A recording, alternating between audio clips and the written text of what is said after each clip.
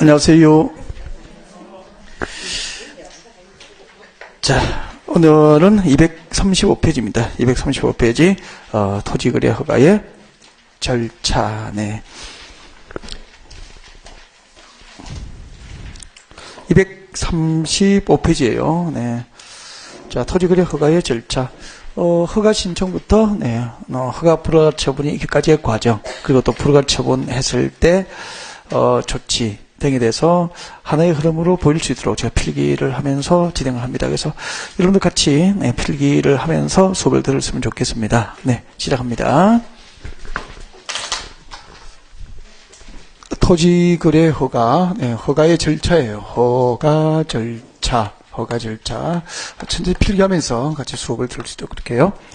자, 토지거래 허가국에서 매도인과 매수인이 토지 소유권 이전 계약을 합의를 합니다. 토지 소유권 이전 계약을 합의를 했어. 합의를 했다는 것은 구두로 합니까? 계약서나 적습니까? 계약서나 쓰겠죠. 네. 이때 계약은 아직까지 허가를 받지 않았습니다. 가계약서를 하나 썼습니다. 네. 근데 아직까지 허가를 받기 전이기 때문에 이때 허가 받기 전 계약은, 네, 무효가 돼요. 무효인데 차후 허가를 받으면은 이제 유효한 계약이 될 수 있죠. 그래서 이때 무효는 확정적 무효라고 보면 안 되죠. 네, 유동적 무효라고 보면 돼요. 유동적 무효. 나중에 허가를 받으면 이제 유효한 계약이 될 수 있습니다. 네. 물론 이제 나중에 또 허가를 못 받으면 그때 이제 확정적 무효 그렇게 되겠죠. 네. 자, 이렇게 토지 소유권 이전 계약을 합의하고 가계약서를 쓰면은 토지거래 허가구역이니까 이제 허가를 신청하게 됩니다. 토지거래 허가 신청을 신청하게 돼요. 토지거래 허가구에서 허가 신청은 반드시입니다. 반드시 당사자 공동입니다. 당사자 공동으로 토지거래 허가를 신청합니다. 자, 당사자 공동으로 토지거래 허가 신청했으면은 허가권자는, 자, 그때 허가 처리기간은, 네, 민원사무 처리에 관한 법률이라고 있어. 그 민원사무 처리에 관한 법률로 처리기간을 정하게 됩니다. 처리기간은 민원사무 처리에 관한 법률로 정하는 처리기간인데 그 처리기간이 15일입니다. 허가 신청으로부터 15일 내에 허가 내지 이제 불허가 처분을 하게 되지요. 그때 허가 내지 불허가 처분은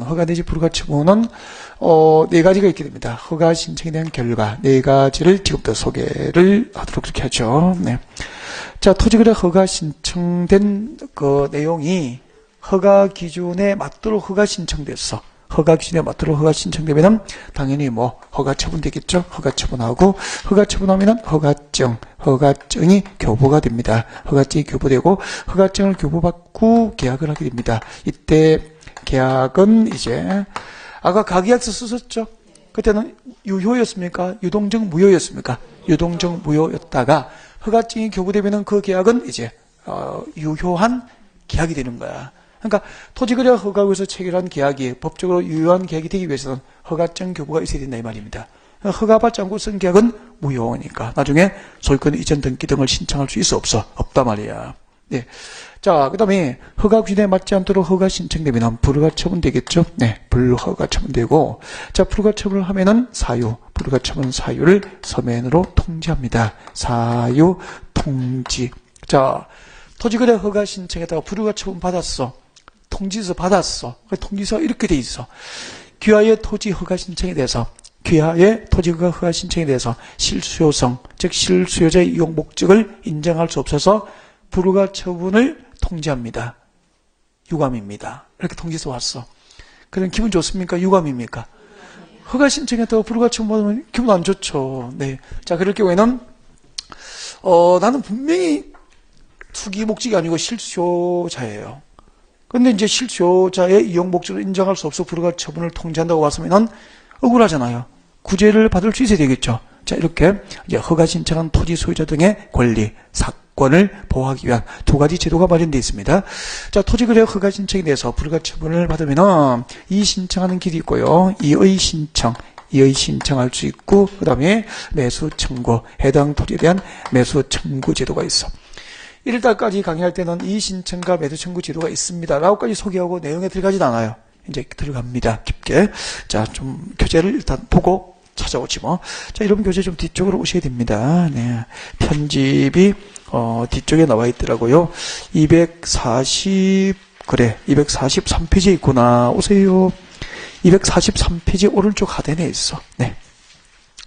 자, 243페이지 오른쪽 하단에 보면은 7번 토지거래계약에 관한 처분에 대한 불복지도 나와 있습니까? 네, 거기 발표하시고요. 네, 출제를 네, 잘 하는 영역이에요. 네. 자, 이 신청부터 같이 봅니다. 자, 토지거래 허가권자의 처분에 토지거래 계약에 관한 처분에 다음 밑줄 긋습니다. 이의가 있는 자 밑줄 것이십시오. 이의가 있는 자를 밑줄 것이고 밑에다가 네, 신청자가 되죠. 이의를 신청하는 신청자가 됩니다. 신청자. 졸다가 또 김청자 적으면 안 된다. 신청자. 자, 신청자는 다음 밑줄 거예요. 그 처분을 받은 날로부터 1개월 이내에 줄 거죠. 그 처분을 받은 날로부터 1개월 이내. 다음 시장군수구청장 밑줄 긋습니다. 이 시장군수구청이 누구였죠? 허가권자잖아. 허가권자니까 이꼴 처분청이 되죠. 처분청. 불허가 처분을 행한 행정청이죠. 처분청 그렇게 됩니다. 그래서 처분을 받고 1개월 내에 처분청을 대상으로 이 신청을 할 수 있다는 것을 알 수 있게 됩니다. 밑에 동그라미 2번은 R 표시 리딩 읽으시면 돼요. 읽어보시고 다음 책자를 넘깁니다. 넘겨서 매수 청구를 봅니다. 매수 청구.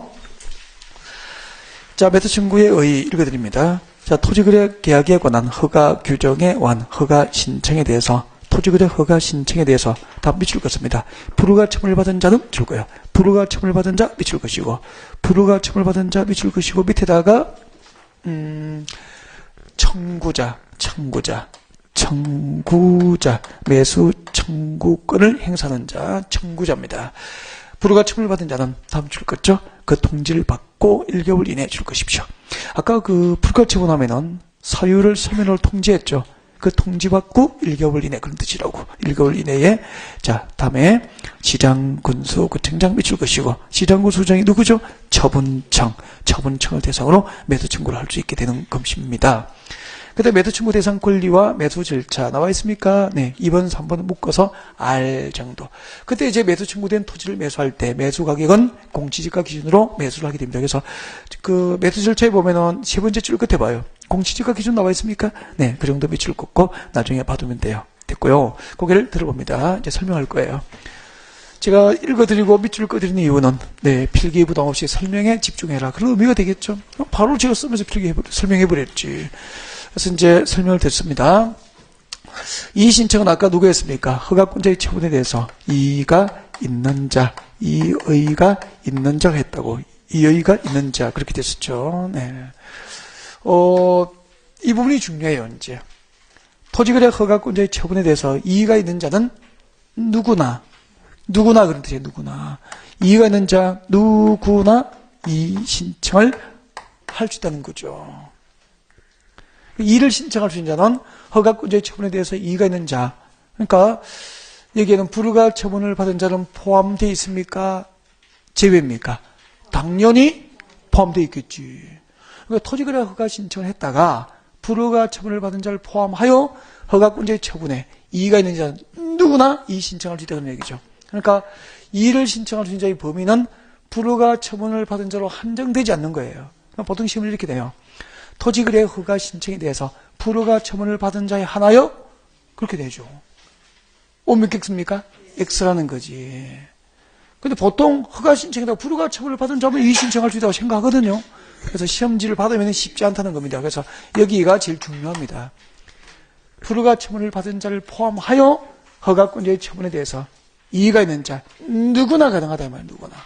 그러면 법적으로는 허가 처분에 대한 이의 신청 가능할까 불가능할까? 허가 신청에 대한 이의 신청도 가능해요. 법적으로는 가능해요. 허가 처분에 대해서도 이의 신청할 수 있다니까? 아니, 두 분이 매도인과 매수인이에요. 두 분이 매도인과 매수인인데 토지거래 허가 신청에다 허가 처분을 받았어. 근데 옆에 분 계시잖아. 이 옆에 분은 유사한 조건에서 허가 신청에다 불허가 처분을 받은 거야. 그 처분청이 이분들에게 행한 허가 처분에 대해서도 뭐 할 수 있다는 거죠? 이의를 신청하는 제3자가 할 수도 있어요. 그래서 그 범위는 누구나입니다. 정말 중요해요. 그리고 아까 처분을 받고 몇월 냅니까? 1월 내에 누구에게 해야 되죠? 처분청. 그 처분을 행한 행정청, 시당군수구청장 대상으로 이 신청해야 된다는 얘기죠. 그럼 이제 수험생은 보통 1월을 보죠. 네, 이거 보고 답 찾으면 큰 코 다치는 거죠. 핵심은 여기 있다는 거죠. 다음 두 번째는 내도 친구도 아까 토지거래 허가 신청에 대해서 불허가 처분을 받은 자 그렇게 돼 있잖아. 그러니까 토지거래 허가 신청했다가 불허가 처분을 받은 자로 한정되는 거야. 그러면은 허가 신청을 하지 아니한 제3자에 의한 매도 청구는 가능해 불가능해? 불가능하다 이 말. 토지거래 허가 신청을 했다가 그 허가 신청에 대해서 불허가 처분을 받은 자에 한하여 그렇게 된 거야 여기는. 그러면은 어느 쪽의 범위가 더 넓어요? 이 신청할 수 있는 자의 범위가 넓고 매수 청구권은 불허가 처분을 받은 자로 한정이 된다 이 말입니다. 이게 핵심이야. 두 개 비교가. 여기도 불허가 처분 사유를 통지받고 몇월 내에 합니까? 1월 내에 처분청을 대상으로 하죠. 이것은 중요한 게 아니다 이 말이에요. 그래서 가르쳐 드리는 부분을 항상 이렇게 키워드로 삼아서 비교해서 정리할지도 그렇게 하셨으면 좋겠습니다. 이래야 득점이 되죠. 그 다음에 앞으로 다시 돌아와요. 돌아와가지고, 자, 토지거래 허가 신청된 토지, 토지거래 허가 신청된 토지가 공익삼용 토지에 해당하거나, 무슨 토지? 공익삼용 토지에 해당하거나, 토지거래 허가 신청된 토지가 공익삼용 토지거나, 허가받은 토지를 허가받은 목적대로 이용을 하고 있지 않는 경우입니다. 토지거래 허가 신청된 토지가 공익삼용 토지거나 허가받은 토지를 목적대로 이용하지 않으면 단속을 해야 될 거 아니가. 목적대로 이용하지 않으면 네, 그 토지를 국가 등이 우선적으로 협의해서 매수를 할 수 있는 우선적으로 매수할 수 있는 제도가 있습니다. 우선적으로 협의해서 매수할 수 있는 제도가 있다고. 이것을 선매제도라고 그러죠. 선매제라고 합니다. 우선적으로, 그죠? 먼저 선자죠. 우선선. 그래서 우선적으로 협의해서 뭐 한다고? 우선 매수를 할 수 있는 제도, 그런 뜻이라고. 여러분, 공익삼용 토지를 사적 거래 주체에 우선해서 국가 등이 우선적으로 협의 매수할 수 있는 제도가 있습니다. 뭐죠? 선매제. 그러니까 이런 뜻이에요. 봐봐요. 두 분이 매도인과 매수인이라고. 매도인과 매수인 두 분이 토지 소유권 이전 계약을 합의하고 구청에 허가 신청했겠죠. 구청자에게. 관할 구청자의 허가를 받았어. 허가 신청을 받아보니까 두 분이 소유권 이전 계약을 합의한 그 토지가 앞으로 공익사업에 필요한 땅이야. 그러면 매도인과 매수인은 사적 거래 주체잖아. 이 사적 거래 주체에 우선해서 그 공익삼용 토지를 필요로 하는 국가 등이 해당 토지를 우선적으로 매수할 수 있단 말이에요. 그 제도를 뭐라 그래요? 선매제. 공익삼용 토지를 국가 등이 우선적으로 협의 매수하는 것을 뭐라고 한다? 선매제. 그럼 봐봐요. 토지거래 허가 신청된 토지가 공익삼용 토지에 해당하면은 앞으로 국가 등이 우선적으로 그 토지를 매수하기 위한 절차가 진행될 거 아닌가? 그 사실을 허가 신청자에게 알려줘야 허가가 있기를 안 기다릴 거 아닌가? 그래서 토지거래 허가 신청으로부터 15일 내에 허가 신청된 토지가 공익삼용 토지에 해당되면은 그 사실을 당신들이 허가 신청한 토지는 공익삼용 토지로서 앞으로 국가 등이 우선적으로 협의해서 매수할 것임을, 아까 우선 매수하는 걸 선매라 그랬죠? 선매 대상임을 허가 신청자에게 통지하라고. 이를 선매 통지라고 하는 거야. 무슨 통지? 선매 통지. 허가 신청한 토지가 공익삼용 토지에 해당돼서 해당 토지를 국가 등이 우선적으로 매수할 토지에 해당합니다. 허가 있기를 기다리지 마십시오. 라고 통지서 보내는 거야. 그게 선매 통지 그렇게 된다고. 선매제도 여러분 잠깐만 내 뒤쪽으로 와봐요. 248페이지 248. 248페이지 오면은 제일 위에 제4절 248페이지입니다. 네, 선매제도 찾으셨어요? 네, 선매제도 총설의 의, 그 다음에 선매제도의 취지도 읽어보는 게 좋겠네. 네, 저 밑에 내려오셔가지고, 선매 대상 토지 나와 있습니까? 2번에 거기 보니까 박스 안에 봐봐요. 선매 협의 대상이 되는 토지, 선매 대상 토지는 두 가지죠. 토지거래 허가 신청한 토지가 공익삼용 토지이거나 그 밑에 봐봐.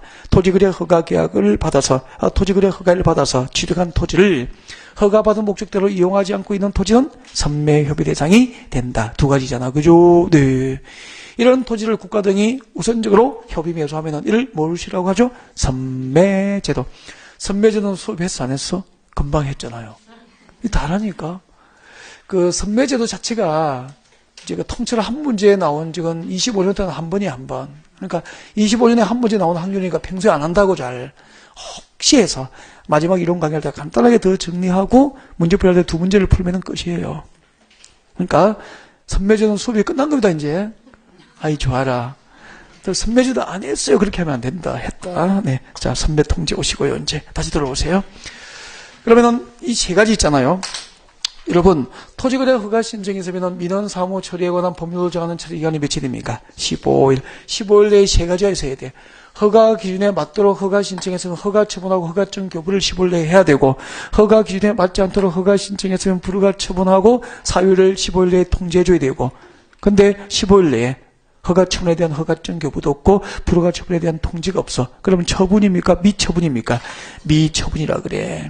15일 내에 허가 처분도 없고 불허가 처분도 없습니다. 뭐죠? 미처분. 미처분이 뭔지 아셨죠? 15일 내에 허가 불허가 처분이 없어. 다음에 공익섬용 토지에 해당하면은 15일 내에 통지해줘야 되죠? 선매 대상이라고. 선매 통지하잖아. 근데 15일 내에 선매 통지도 없어. 미통지. 15일 내에 선매 통지가 없는 경우죠. 미통지. 자, 미처분, 미통지 시에는, 미처분, 미통지 시에는 처리 기간이 끝난 날의 다음 날, 허가, 처분, 간주. 토지거래 허가 처분이 이성수로 법적으로 간주됩니다. 토지거래 허가 처분이 이성수로 간주된다. 그렇게 됩니다. 그러면은 미처분, 미통지 시에는 지체 없이 네, 토지거래 허가 신청자는 재허가를 신청하여야 한다. 뭡니까? 역수지. 재허가 신청해야 됩니까? 허가 처분이 이성수로 간주됩니까? 허가 처분이 이성수로 법적으로 간주되기 때문에 재허가 신청이 필요 없는 거죠. 여기까지입니다. 자, 토지거래 허가 신청에 대해서 일어날 수 있는 결과 네 가지 전부를 하나의 흐름으로 볼 수 있도록 정리해 드릴 거예요. 이 부분은 제가 아까 설명하기 위해서 메모한 거죠? 이 부분 필기 아니고 그냥 아까 교재에다 체크해 드렸으니까 글자를 좀 흘림체로 쓰더라도 이해를 합니다. 네. 자, 그 다음에 이제 그럼 잠깐만 여기서 이제 해야 될 게 중요한 게 있는데 허가 신청하면 아무튼 15일 내에 허가 불허가 처분을 해야 될 거 아니야. 근데 허가권자 임의로 기분 좋으니까 허가 처분이다. 기분 나빠 불허가 처분이야. 이렇게 해서는 안 되겠죠. 그럼 허가 여부를 심사하는 객관적 심사 기준이 필요하죠. 그 허가 기준은 출제를 단독으로 하는 또 영역이에요. 그래서 허가 기준 찾아갑니다. 아까 여러분 마지막 문제가 허가 기준 문제였거든. 그래서 아까 그래 이상의 표정이 좀 그랬었어. 여러분이 그런 사람들이 아닌데 또 평소에 그런 적이 또 있기는 했지만 자, 237페이지입니다. 237페이지 오면은 5번에 뭐가 나와 있습니까? 허가 기준.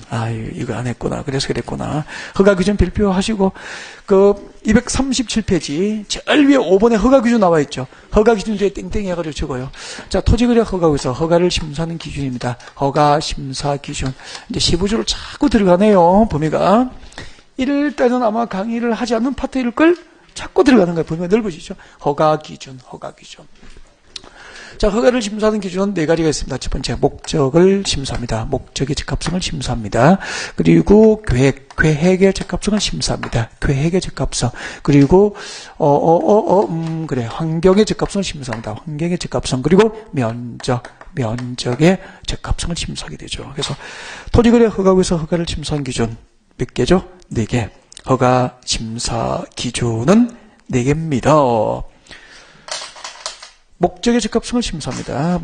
목적의 적합성, 계획의 적합성, 환경과의 적합성, 그리고 면적의 적합성을 심사합니다.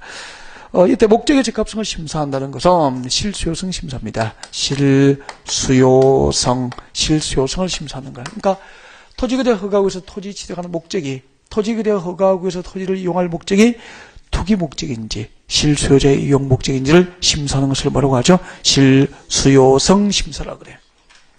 그때 다음 목적으로 토지를 취득하면은 실수요소를 인정한다라고 해가지고 법상 실수요소를 인정하는 목적 7개가 규정이 되어 있단 말이야. 이 7개를 암기를 해야 돼요. 그래서 오늘은 집에 갈 때, 토지거래 허가에서 실소유를 인정하는 목적 7개를 암기하고, 네, 엘리베이터 성찰을 하시면 돼요. 암기 못하시면 계단으로 걸어가면 되고, 네. 자, 이게 제일 중요하고요. 여기서 출제를 많이 한다고. 실수요성 제일 중요하고요. 나머지는 제목을 간략하게 이해하면 돼, 제목을. 그래서 제목을 간략하게 이해하면 되니까, 일단은 나머지 3개는 교재에서 제가 책정해 드릴게. 교재에 와봐요. 자, 이런 교재, 239페이지 와봐요. 아닌데? 239페이지, 맞아요. 와요. 239페이지 옵니다. 239페이지 오른쪽 상단에 봐봐요. 오른쪽 상단에 제일 위에서 4번째 줄. 큰 2번. 토지거래 계약을 체결하려는 자의 토지용 목적이 다음 중 한 개에 해당하면은, 그렇게 나와 있습니까? 네. 1번 봅니다. 거기서 동그라미 1번 별표예요. 도시군 계획이나 도시군 계획 앞뒤로 가로 계속 줄 거예요. 도시군 계획이나 토지 이용 및 이용 동그라미, 관리 동그라미, 토지 이용 및 관리에 관한 계획에 맞지 아니하면은 허가합니까? 불가처분합니까? 불가처분을 심사할 수 있다. 여기서 핵심은 뭐죠? 계획이죠, 계획. 도시군 계획 등 각종 토지 이용과 관리에 관한 계획에 맞지 않으면 불가처분한단 말이에요. 그래서 동그라미 1번 뒤에다 적어요. 이것을 뭐라고 하죠? 계획의 적합성. 계획의 적합성을 심사하는 거야. 토지를 이용할 목적이 해당 지역을 대상으로 수립된 도시군 계획이나 해당 지역을 대상으로 수립된 각종 토지의 이용과 관리에 관한 계획에 적합한지를 심사한다 이 말이야. 계획의 적합성이라 그래. 계획의 적합성. 오케이? 네. 다음 내려와요. 동그라미 2번 생태계 보전 줄 거예요. 생태계 보전과 그리고 저 뒤에 생활환경 보호 줄 거예요. 네. 여기서 핵심은 뭐죠? 환경 동그라미. 생태계 보전과 생활환경 보호에 중대한 위해를 끼칠 우려가 있는 경우에는 허가를 하면 돼, 안 돼? 안 한다 말이야. 그래서 이것을 환경과의 적합성이라고 하는 거예요. 환경의 적합성 적어요. 환경의 적합성. 환경의 적합성. 토지를 이용할 목적이 해당 토지의 이용 목적이 환경과의 적합성이 있는지, 즉 생태계 보전과 생활환경 보호에 적합한지를 심사한다 이 말이야. 줄여서 환경과의 적합성이죠. 다음 내려와요. 3번. 그 면적 동그라미. 면적이 이용 목적으로 보아 적합하지 않다고 인정될 경우에는 불가처분을 심사합니다. 면적의 적합성이죠. 면적 동그라미. 면적의 적합성. 면적의 적합성을 심사한다. 이용 목적에 비춰봐서 면적이 적합한지를 심사한다. 그런 뜻이죠. 네. 자, 됐습니다. 이제, 찾아드렸죠? 3개. 거기 한번 들어볼까요? 거기 들어보시고. 이게 뭐죠? 계획의 적합성이죠. 도시군 계획 등 각종 토지의 이용과 관리에 관한 계획의 적합한지를 심사합니다. 계획의 적합성. 아까 밑줄 그대로 외워야 된다니까. 도시군 계획 등 각종 토지의 이용과 관리에 관한 계획의 적합한지를 심사합니다. 도시군 계획 등 각종 토지 이용 계획과 관리에 관한 계획의 적합한지를 심사합니다. 그 다음에 이거 생태계 보전과 생활환경 보호에 적합한지를 심사합니다. 맞죠? 생태계 보전과 생활환경 보호에 적합한지를 심사하는 거. 이거는 목적에 비춰봐 면적의 적합성이 있는지를 심사합니다. 이용할 목적에 비춰봐 거래 예상 면적이 적합한지를 심사한다 이 말입니다. 보여드릴까? 토지거래 허가 신청서에 토지를 이용할 목적란이 있어. 목적 적으라고. 당신이 땅 사는 목적이 뭐야라고 적는 난이 기재란이 있다니까. 거기에 보니까 이렇게 적어놨다. 주택용지 이용 적었어. 나의 집을 짓겠소. 주택용지에 이용할 목적으로 땅 삽니다라고 허가 신청서에 목적을 적었더라고 고객이.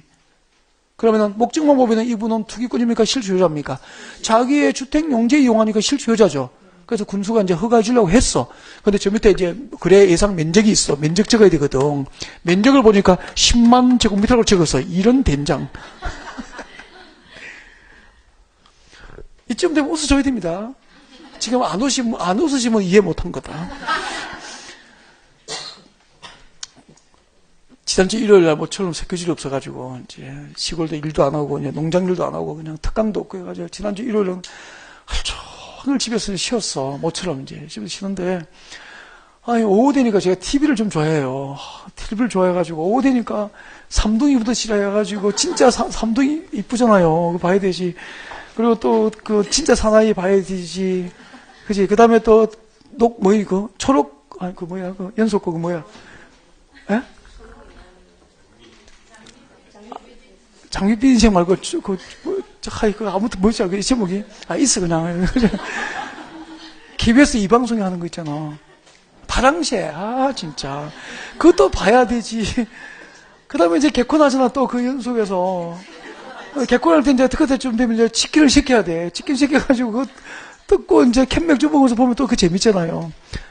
근데 개콘 보는데 와이프는 딱 눈치를 보니까 안 우는 경우가 집어 있어요. 그러면 이해를 못 하는 거야. 그러니까 개콘을 보자마자 바로 웃어야 젊은 거다. 개콘을 봐도 웃지라는 거야. 저 뭐지? 이해를 못 해가지고 막 그러면은 나이 든 거다. 금방 이거 보고 안 웃은 분은 이해 못 한 거야, 이제. 맥주하고 치킨만 먹고 이해도 못 하고. 보세요. 땅 살 목적이 뭐요라고 하니까 주택용지 이용한다던데 이용 면적, 거래 예상 면적이 10만 제곱 되니까 누가 보더라도 목적은 핑계죠. 그럼 이분은 목적, 이용할 목적에 비춰봐 면적이 적합하지 않죠? 진짜 터무니없잖아. 이런 경우에는 목적에 비춰봐 거래 예상 면적이 적합하지 않으니까 허가합니까? 불허가처분합니까? 불허가처분 심사하는 거지. 이용 목적에 비춰봐 면적의 적합성이 있는지를 심사하는 거, 생태계 보전과 생활환경 보호에 적합한지를 심사하는 거, 도시공계획 등 각종 토지의 이용 및 관리에 관한 계획에 적합한지를 심사하는 거. 연습하세요. 동상 틀었다가 돌렸다가 틀었다가 돌렸다가 피드백 하면서 하라고. 그 다음에 제일 중요한 건 이거야. 이제 이것들은 목적을 이해하면 되고요.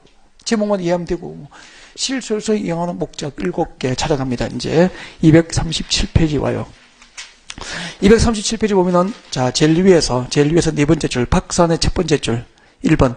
토지거래 계약을 체결하는 자의 토지 이용 목적이 목적 동그라미. 다음 중 한 개에 해당하지 않으면은 허가 안 해주겠다. 그럼 다음 중 한 개에 해당하면은 실소유성을 인정해서 허가를 하겠다, 이 말입니다. 그래서 실소유성을 인정하는 목적, 법상 실소유재 이용 목적으로 인정하는 목적이 동그라미 1번부터 7번까지 7개가 나와 있다. 이 7개를 암기를 해야 된다는 이야기입니다. 근데 왜 저를 째려봐요? 7개가 좀 많다 이 말이죠. 그죠? 그럼 또 우치 방법이 있겠지 뭐. 네, 1번 같이 봅니다. 이런 거 외울 때 이런 문장을 다 외우면 좋은데 그러면 너무 비능률적이잖아. 그래서 핵심적인 단어를 기억하면 돼. 아셨죠? 네, 1번 같이 봐요. 자기 주거용 주택용지 이용하려고 땅 사면은 투입구입니까? 실수요소 인정합니까? 법상 실수요소 인정한다 말이야. 핵심적인 단어는 뭐죠? 주택용지. 그것만 동그라미예요. 그래, 그것만 외우라고. 주택용지 이용. 그렇게 되는 거죠. 다음 내려와요. 허가구역을 포함한 지역 주민을 포함한 복지시설 동그라미, 복지시설과 편익시설 설치에 이용하는 토지라고 구청에서도 인정을 했어. 확인해 줬어. 이럴 때는 뭘 외우면 되죠? 복지시설. 주택용지 이용, 복지시설 설치에 이용할 목적으로 땅 사면은 실소유서 인정됩니다. 동그라미 3번 두 번째 줄에 봐봐요. 두 번째 줄에 줄 것입니다. 농업, 축산업, 임업, 업을 경영까지 줄 거면 되죠. 농축, 임, 업이죠. 그래서 농업 등의 이용, 그렇게 보면 돼요. 농업 등의 이용, 이럴 때는. 농업 등의 이용. 자, 농업 등의 이용하는 것으로 실소유서 인정될 수 있는 요건이 다시 기역, 니은, 디귿이 나와 있어요. 네, 기역과 니은을 묶어서, 기역, 니은, 디귿을 묶어서 알. 특히 기역과 니은은 꼭 기억을 했으면 좋겠는데, 기역은 이런 얘기가 나와 있을 거야. 봐요. 잠깐만. 농업인 등이 토지를 취득하잖아.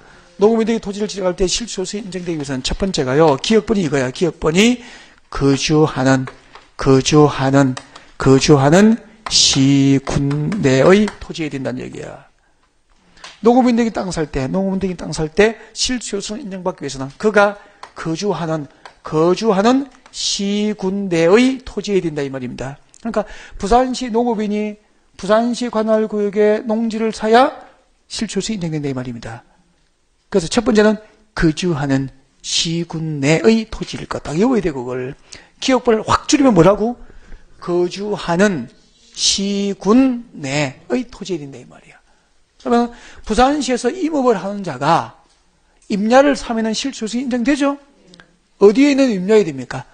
부산시. 그가 거주하는 시군 내 토지에 된다 이 말이야. 기억번은 거주하는 시군 내의 토지일 것. 다음 두 번째 니은번을 확 줄여드릴게.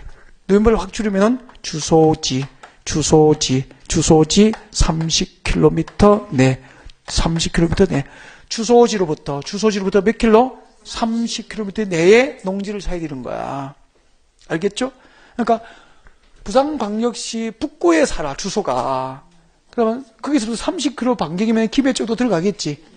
그러니까 거주하는 시군이 아니더라도 주소지로부터 몇 킬로? 30km. 그러니까 봐봐요. 우리 부산시에 거주하는 농업인이 농지를 살 때, 토지거래하고 해서 농지를 살 때 실주소를 인정받기 위해서 일단은 부산시 관할구역에 있는 농지면 돼. 그죠? 그리고 주소지로부터 몇 킬로 이내면 되죠? 30km. 30km 이내에 있는 농지를 사면은 거주지 밖에 있더라도 실주소를 인정한다 이 말이야. 왜요? 라고 물어요. 요즘에는 농업인도 다 자동차가 있죠. 그러니까 자동차가 있으니까 얼마든지 출퇴근하면서 30km 이내의 농지는 경작이 가능하다고 보는 거야. 이걸 통작거리라 그래. 통작거리. 통이 뭐죠? 네. 통근하면서 경작이 가능한 거리다 이 말이야. 통작거리 몇 킬로? 30km를 인정하는 거야. 이것도 2년 전에 개정됐다. 옛날에는 20km였다. 통작거리 20km 인정하다. 요즘엔 자동차 성능이 좋아졌죠. 그러니까 30km까지 늘어난 거야.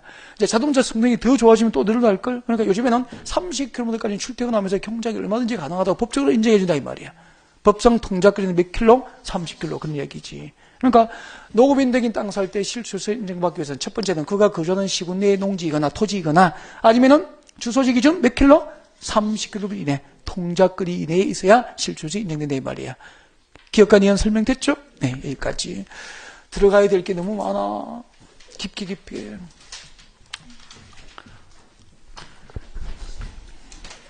넘어가요. 그러니까 아침에 이제 농업인도 아침에 딱 나와가지고 이제 BMW에다가 뒤에 트렁크에다가 캥이하고 홈이 딱 싣고 딱 출근하는 거야. 출근하고서 농사를 딱 하고 그러면 씻고 옷 바꿔 입고 이제 또 BMW 타고 딱 퇴근 쫙 하고 몇 킬로까지는 가능하죠? 30킬로까지는 그런 얘기죠. 네.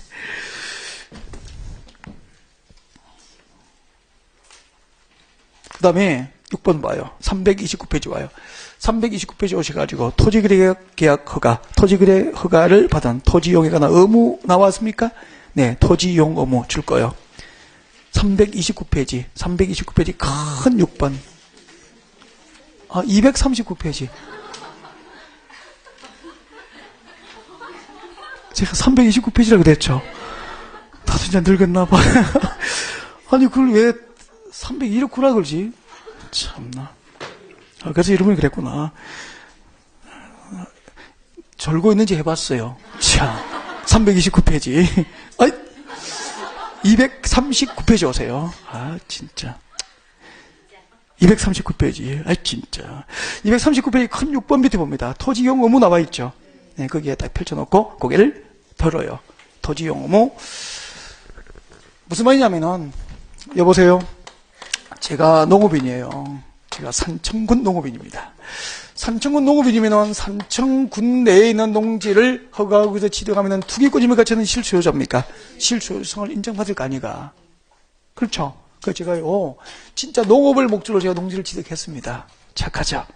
네, 허가받고 농지를 샀어요. 그래서 제가 펜션을 이제 앞으로 할 거잖아. 그래서 이제 펜션 옆에 농지 옆에 이제 펜션을 하고 있었다고 막 손님도 받고 이렇게 이제 하고 있었지. 사업을 하고 있었는데, 아니, 여러분이 이제 여러분 휴가 때 막 친구들하고 이렇게 막 와가지고, 아니, 이 펜션은 족구장이 없다고, 운동을 할 수, 가져오고 운동을 못 한다고, 막 투덜투덜 하는 거야.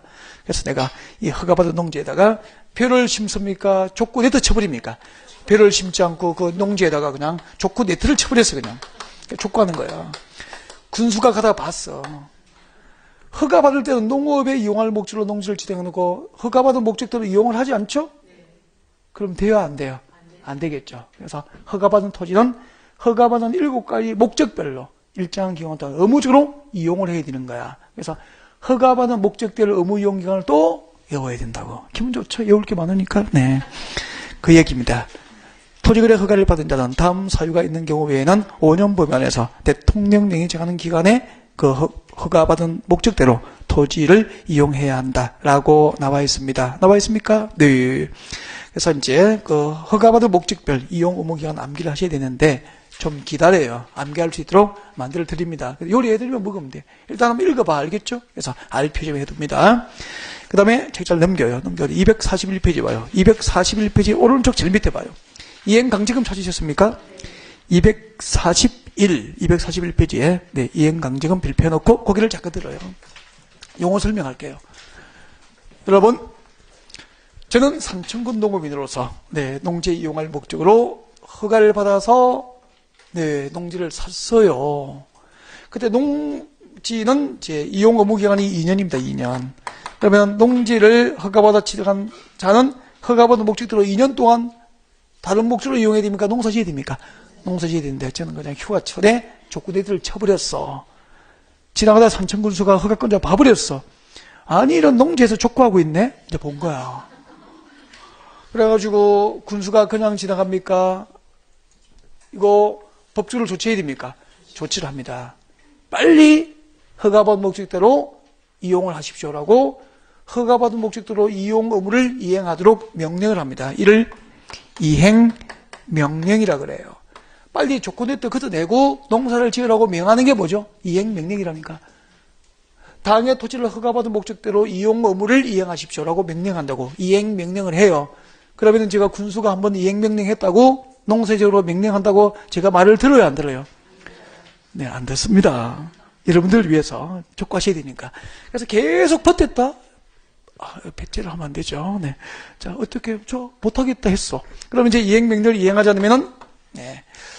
그 이행명령을 이행하도록 강제하기 위해서 경제적 제재를 반복적으로 부과할 수 있어요. 이행명령을 이행하도록 강제하기 위한 경제적 제재는 돈이죠. 금이 돈이잖아. 이행강제금을 부과할 수 있게 되는 거야. 이행명령을 이행하지 아니한 자에게 경제적으로 부담을 반복적으로 부과할 때 부과되는 것을 뭐라고 합니까? 이행강제금을 때리는 거예요. 이제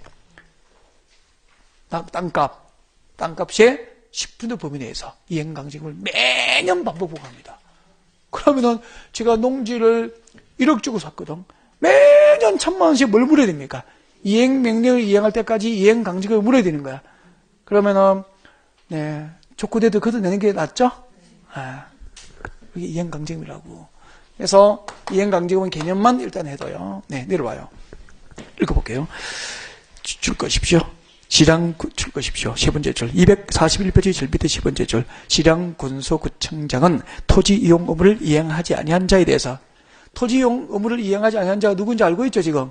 그 토지 이용 의무를 이행하지 아니한 자에 대해서 상당한 기간을 정하여 토지 이용 의무를 이행하도록 명할 수 있다까지 줄 거. 이를 뭐라고 가져갈까? 이행명령, 저거 밑에다가 가로 열고 이행명령이라고 합니다. 이를 이행명령이라고 해요. 자, 그 다음에 책자를 넘겨보겠습니다. 네. 이행명령을 했는데 동그라미 2번 옵니다. 242페이지 중간에 동그라미 2번. 이행강제금 부과 찾으셨습니까? 네. 자, 시장군수장은 다음 줄 것죠? 이행명령이 정해진 기간에 이행되지 아니한 경우 밑에다가 부과 대상이 되는 거야. 이행강제금 부과 대상이 됩니다. 자, 이행명령을 받은 자가 그 이행명령을 정해진 기간에 이행하지 아니하면은 이행강제금 부과 대상이 되죠? 네. 자, 그때 이행강제금은 다음 줄 것죠? 토지 취득 가격, 땅값의 몇 %죠? 10%를 또 끼워둡니다. 땅값의 10% 범위 내에서 네, 이행강제금을 매년 반복적으로 부과를 하게 되는 거예요. 그때 이제 이행강제금, 네, 오른쪽으로 갑니다. 오른쪽으로 갑니다. 제일 위에 1년에 몇 회? 1회. 1년에 1회씩 이행명령이 이행될 때까지 계속적으로 반복부를 하게 되는 거야. 그러니까 이행강제금제를 왜 만들냐면은, 잠깐만요. 여기다가 허가받은 토지를 허가받은 목적대로 이용하지 않으면 군청에서 제일 쉬운 게 뭐 하냐면 가태료 부과합니다. 가태료 50만 원 물린다고. 그렇죠? 가태료 부과하는 방법도 있고요. 아니면은 네, 고발하면 돼. 고발에 우리 형사처벌하면 돼. 형사처벌해서 저에게 벌금을 네, 재판을 통해서 저에게 물릴 수도 있다고. 벌금도 500만 원 물릴 수도 있다? 뭐 이렇게 되는 거예요, 이제. 그럼 봐요. 이 과태료하고 행정질서벌, 그래서 이제 형벌로서 벌금 같은 거 때리게 되는데, 이것들은 일사부재리의 원칙에 의해서 한 번만 제재를 할 수 있어요. 그럼 반복적으로 제재를 가할 수는 있어, 없어? 없으니까, 봐요. 가태료 군청에서 50만 원 물리면은, 50만 원 떼우지 뭐. 50만 원 물지 뭐. 하고 말지, 그 이행 명령을 지켜야 안 지켜요. 토지용어물을 이행하지 않죠? 이걸로 그냥 떼우려고 한단 말이에요. 이런 폐달을 없애기 위해서 계속적으로 이행명령을 이행할 때까지 반복적인 제재가 가능하도록 제도를 도입한 게 무슨 제도입니까? 이행강제금. 그러니까 이행강제금은 한 번 부과입니까? 반복입니까? 반복이야. 이행명령을 이행할 때까지 매년 이행강제금 물리는 거야. 그럼 저는 버틸 수 있습니까? 손들어야 됩니까? 손들어야죠. 죄송합니다. 조건에서 채우겠습니다. 열심히 농사 짓겠습니다. 라고 할 수밖에 없다 이 말이야. 매년 1,000만원씩 때리는데 어떻게 버티겠어? 개념 아셨죠? 이 정도 하면 다 한 거예요. 여기까지. 아까 선매제도도 다 했죠? 여기까지 해서 국토계획법의 대단원의 막을 내리겠습니다. 자, 지금부터 이제 잠시 쉬었다가 여러분이 가장 좋아하고 아껴두었던 도시개발법을 찾아갑니다.